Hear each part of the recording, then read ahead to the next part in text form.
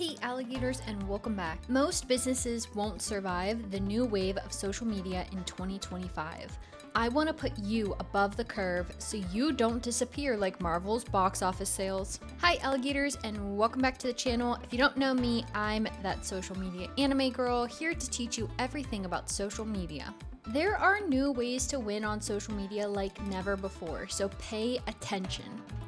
First off, let's talk about consistency. So we've talked about the algorithm in a few different videos of mine, but I want to talk to you about how the algorithm forces you to stay on topic.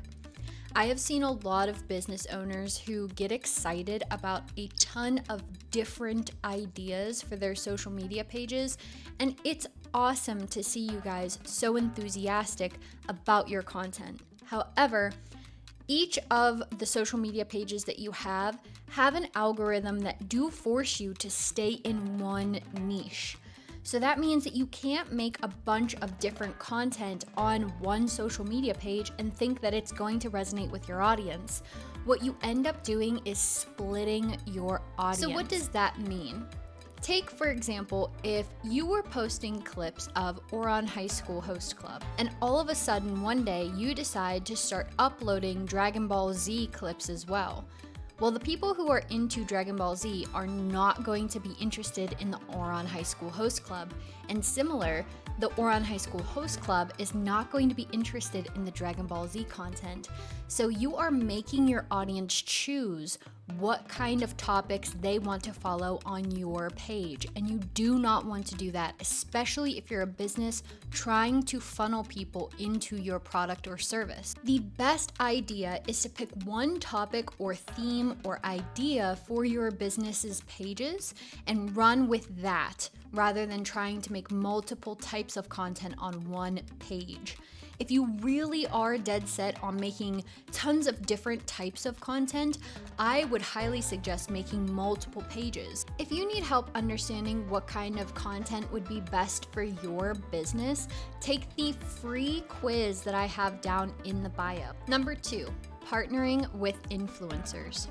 So the pro of partnering with influencers is that you get organic content, which is the best type of content to post on your pages.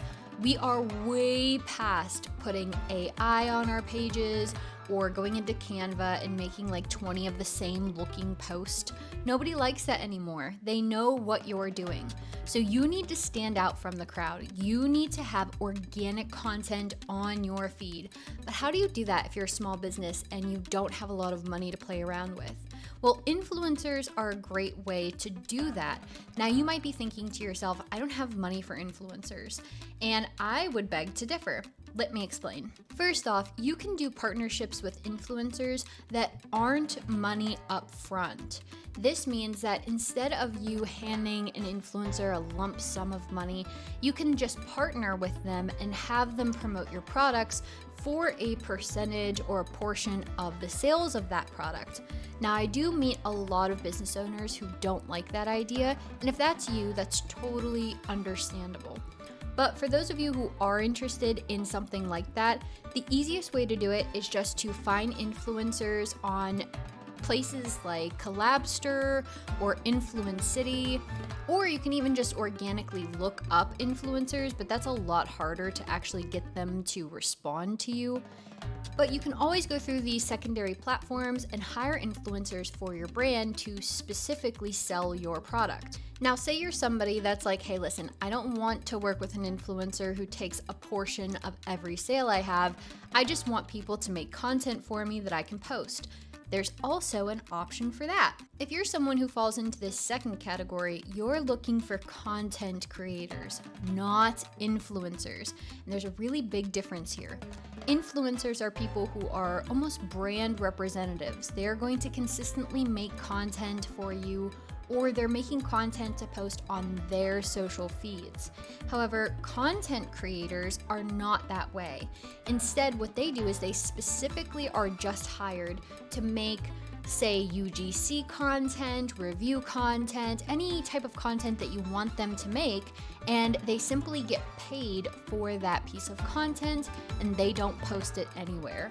Instead, you receive that content and you post it on your pages organically. And if you're considering either hiring influencers or content creators for this type of content, please don't think that you need a social media manager for that. If anything, if you really don't want to have to deal with a bunch of different people who make content and don't want to have to organize all of it, I would highly suggest having a small project manager, or of course, you can always book a consultation with us using the link in the bio. 3, building a funnel.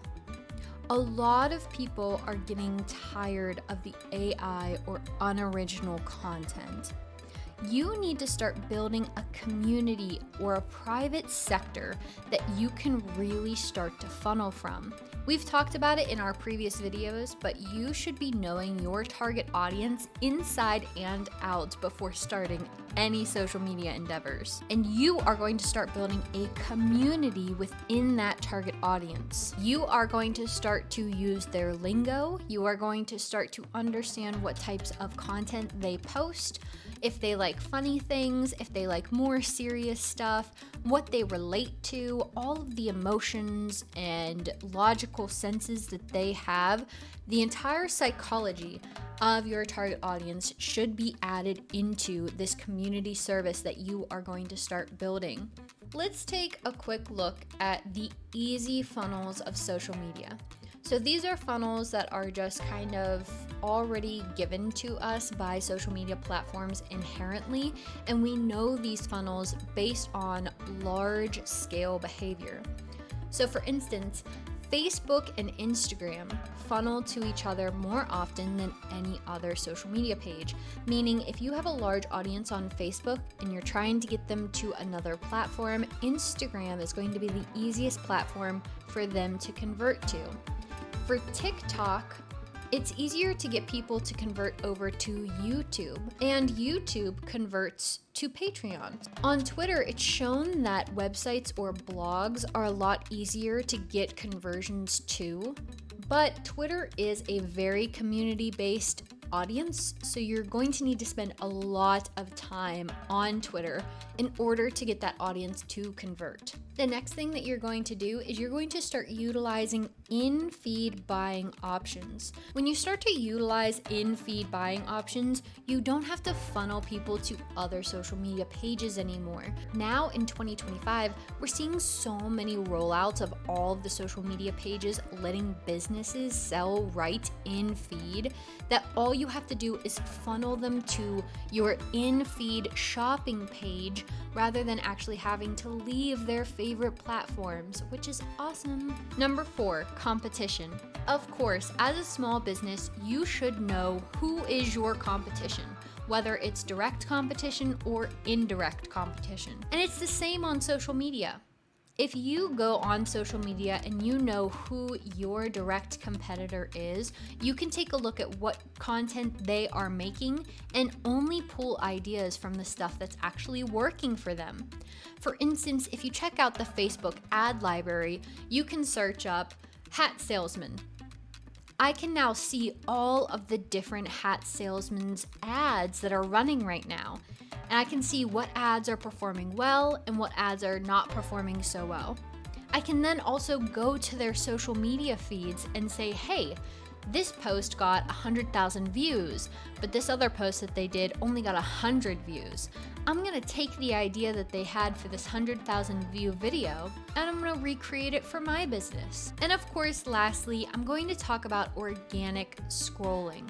So you may not be your target audience, but you should have social media pages that are personal that do reflect your target audience. What does that mean? I'm gonna make it a completely new Instagram page. And on that Instagram page, I'm gonna make sure to like things that I know my target audience likes. For instance, if I know my target audience are women aged 18 to 45, who have a higher income and enjoy shopping online, I'm probably going to go and make an Instagram page rather than a Facebook page. Then when I have that Instagram page, I'm gonna look at stuff that I think that women ages 18 to 45 would enjoy and just organically scroll through my social media feed pretending to be my target audience. By doing this, you can see so much insight into what your target audience actually enjoys. You can see what kind of content comes up on their feed, what kind of content they generally interact with, and you can even see the type of lingo or comments that they tend to leave on videos that they like or dislike. Alright alligators, that was it for today's video. I hope that I really put you ahead of the curve because I want you to succeed in your 2025 social media endeavors. If you thought that this video was helpful or that you learned anything, please make sure to follow and like the video. Also, if you have any questions about what we went over today, make sure to put them down in the comments.